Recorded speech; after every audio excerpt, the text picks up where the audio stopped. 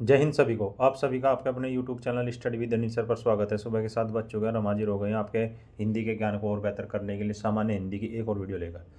तो वीडियो को like and share करें, हमारे चैनल को सब्सक्राइब करें तथा बेल आइकन को प्रेस करें, जिससे वीडियो का नोटिफिकेशन पहुंचे आप पर सबसे पहले। तो चलिए शुरू करते हैं आज की वीडियो। टॉपिक है अनेक शब्दों के लिए एक शब्द। क्वेश्चन, आदि से अंत तक के लिए दिए गए शब्दों में कौन सा शब्द सार्थक है? ऑप्शन 1 अनादि, ऑप्शन 2 आद्योपांत, ऑप्शन 3 समकालीन, ऑप्शन 4 समीचीन। तो आदि से अंत तक के लिए एक सार्थक शब्द है आद्योपांत। नेक्स्ट क्वेश्चन, जिस पर आक्रमण हो के लिए दिए गए शब्दों में कौन सा शब्द सार्थक है? ऑप्शन 1 आक्रमण, ऑप्शन 2 आक्रामक, ऑप्शन 3 आक्रांत, ऑप्शन 4 आत्मघाती। तो जिस पर आक्रमण हो के लिए एक शब्द है आक्रांत। नेक्स्ट क्वेश्चन, जो इंद्रियों की पहुंच से बाहर हो के लिए दिए गए शब्दों में कौन सा शब्द सार्थक है? ऑप्शन 1 इंद्रिय जीत, ऑप्शन 2 इंद्रिय निग्रह, ऑप्शन 3 इंद्रियातीत, ऑप्शन 4 इंद्रधनुष।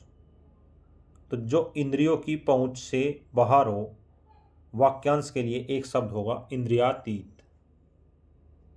नेक्स्ट क्वेश्चन, पूरब और उत्तर के बीच की दिशा के लिए दिए गए शब्दों में कौन सा शब्द सार्थक है? ऑप्शन 1 है आग्नेय, ऑप्शन 2 ईशान, ऑप्शन 3 वायव्य, ऑप्शन 4 नैऋत्य।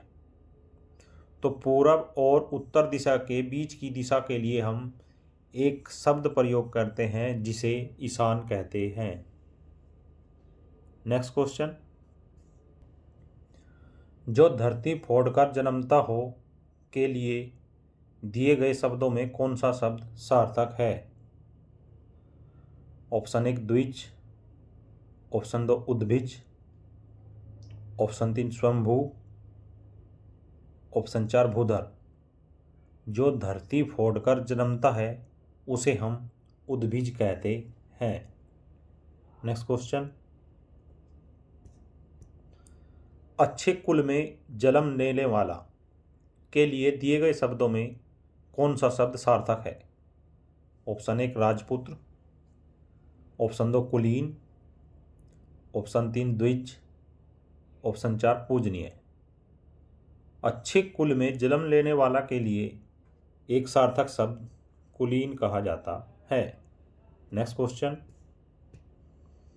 विरोधी पक्ष का के लिए दिए गए शब्दों में कौन सा शब्द सार्थक है? ऑप्शन 1 पक्षपाती, ऑप्शन 2 पक्षघाती, ऑप्शन 3 द्विपक्षी, ऑप्शन 4 विपक्षी। तो जो विरोधी पक्ष का हो उसके लिए एक सार्थक शब्द विपक्षी है। नेक्स्ट क्वेश्चन, इंद्रियों को जीत लिया हो जिसने के लिए दिए गए शब्दों में कौन सा शब्द सार्थक है? ऑप्शन 1 इंद्रजीत, ऑप्शन 2 इंद्र, ऑप्शन 3 जितेंद्रिय, ऑप्शन 4 इंद्रिपति। तो जिसने इंद्रियों को जीत लिया हो उसके लिए एक शब्द जितेंद्रिय प्रयुक्त होता है। नेक्स्ट क्वेश्चन, जीवन जीने की इच्छा के लिए दिए गए शब्दों में कौन सा शब्द सार्थक है? ऑप्शन 1 जिजीविषा, ऑप्शन 2 चतुरानन, ऑप्शन 3 जीविका, ऑप्शन 4 उपरोक्त में से कोई नहीं। तो जीवन जीने की इच्छा के लिए एक शब्द है जिजीविषा। क्या है? जिजीविषा। नेक्स्ट क्वेश्चन, तर्क के द्वारा जो माना गया हो के लिए दिए गए शब्दों में कौन सा शब्द सार्थक है? ऑप्शन 1 तर्क सम्मत, ऑप्शन 2 तर्क संगत, ऑप्शन 3 तकावी, ऑप्शन 4 तटस्थ। तो तर्क के द्वारा जो मान लिया गया हो उसे हम तर्क संगत या तर्क सम्मत कहते हैं। क्या कहते हैं? तर्क सम्मत। नीचे तर्क संगत भी दिया हुआ है, इसका मतलब होता है तर्क के संग जो हो, और तर्क सम्मत अर्थात जो तर्क के द्वारा मान लिया गया हो। नेक्स्ट क्वेश्चन, गोद लिया हुआ पुत्र के लिए दिए गए शब्दों में कौन सा शब्द सार्थक है? ऑप्शन 1 दत्त, ऑप्शन 2 दत्तक, ऑप्शन 3 दत्तचित्त, ऑप्शन 4 दंपत्ति। तो गोद लिया हुआ पुत्र को हम दत्तक कहते हैं। क्या कहते हैं? दत्तक। जैसे रानी लक्ष्मीबाई ने दत्तक पुत्र गोद लिया था। नेक्स्ट क्वेश्चन, जो मुश्किल से प्राप्त हो के लिए दिए गए शब्दों में कौन सा शब्द सार्थक है? ऑप्शन 1 अलभ्य, ऑप्शन 2 सुलभ, ऑप्शन 3 दुर्लभ, ऑप्शन 4 अलग्ध्य। जो मुश्किल से प्राप्त हो अर्थात जिसको प्राप्त करने में कठिनाई हो या सभी को सुलभ से प्राप्त नहीं होता है उसे हम दुर्लभ कहते हैं। क्या कहते हैं? दुर्लभ। नेक्स्ट क्वेश्चन, जो देने योग्य हो या जो देने योग्य है के लिए दिए गए शब्दों में कौन सा शब्द सार्थक है? ऑप्शन 1 गे, ऑप्शन 2 दे, ऑप्शन 3 पे, ऑप्शन 4 दान। तो जो देने योग्य है उसे हम दे कहते हैं। नेक्स्ट क्वेश्चन, रात में विचरण करने वाला प्राणी के लिए दिए गए शब्दों में कौन सा शब्द सार्थक है? ऑप्शन 1 निशाकर, ऑप्शन 2 बनचर, ऑप्शन 3 तमचोर, ऑप्शन 4 निशाचर। तो रात में विचरण करने वाला प्राणी या जीव को हम निशाचर कहते हैं। Next question,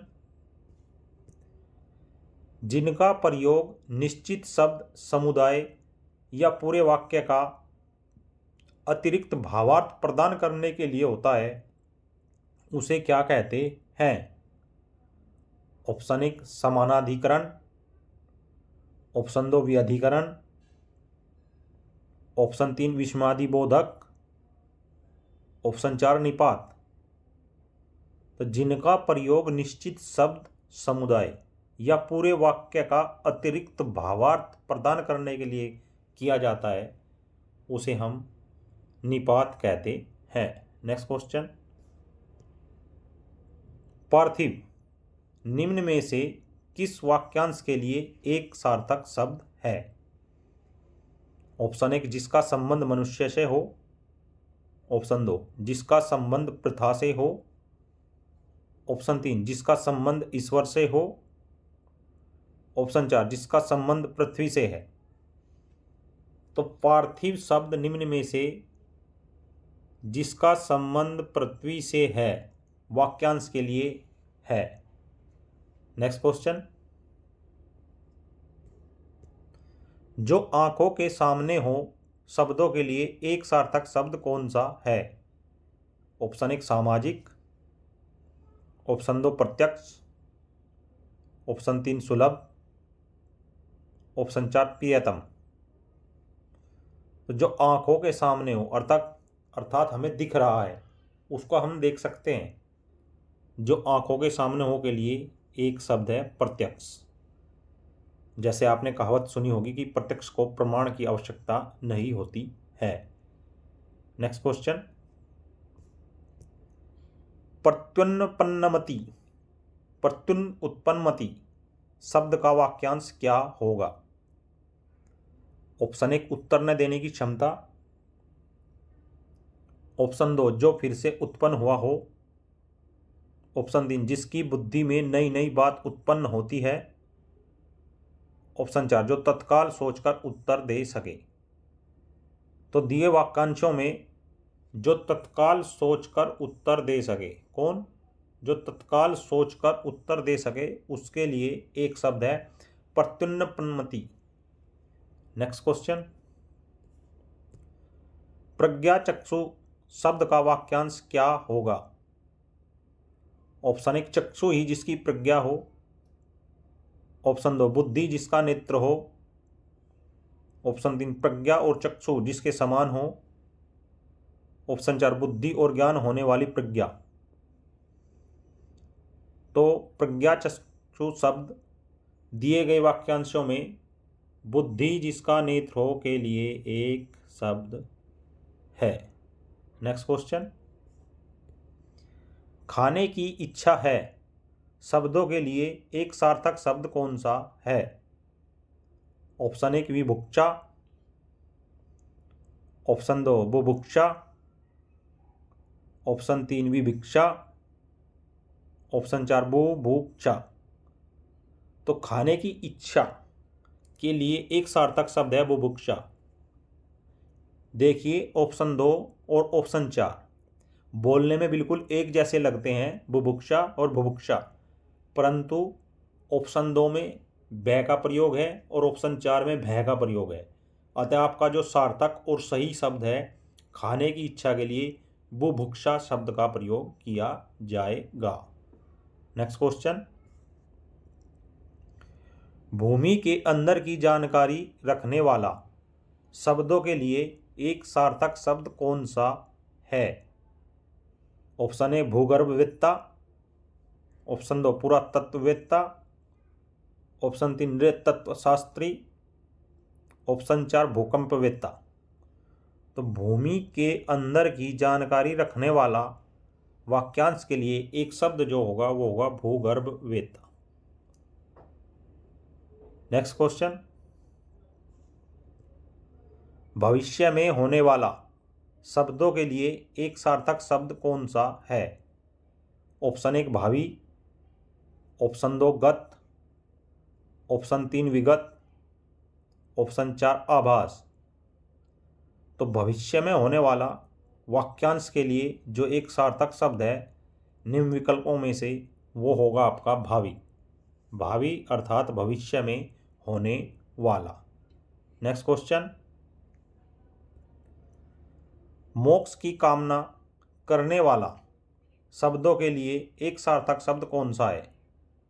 option 1 मोक्षकामी, option 2 मौक्तिक, option 3 मुमुक्षु, ऑप्शन 4 मुमुक्षी। तो मोक्ष की कामना करने वाला वाक्यांश के लिए एक सार्थक शब्द मुमुक्षु होगा। नेक्स्ट क्वेश्चन, जो कम खर्च करता हो शब्दों के लिए एक सार्थक शब्द कौन सा है? ऑप्शन 1 कंजूस, ऑप्शन 2 लोभी, ऑप्शन 3 मितव्ययी, ऑप्शन 4 मक्खी चूस। तो जो कम खर्च करता हो अर्थात देखकर खर्च करता हो उसके लिए एक शब्द मितव्ययी का प्रयोग होता है। Next question,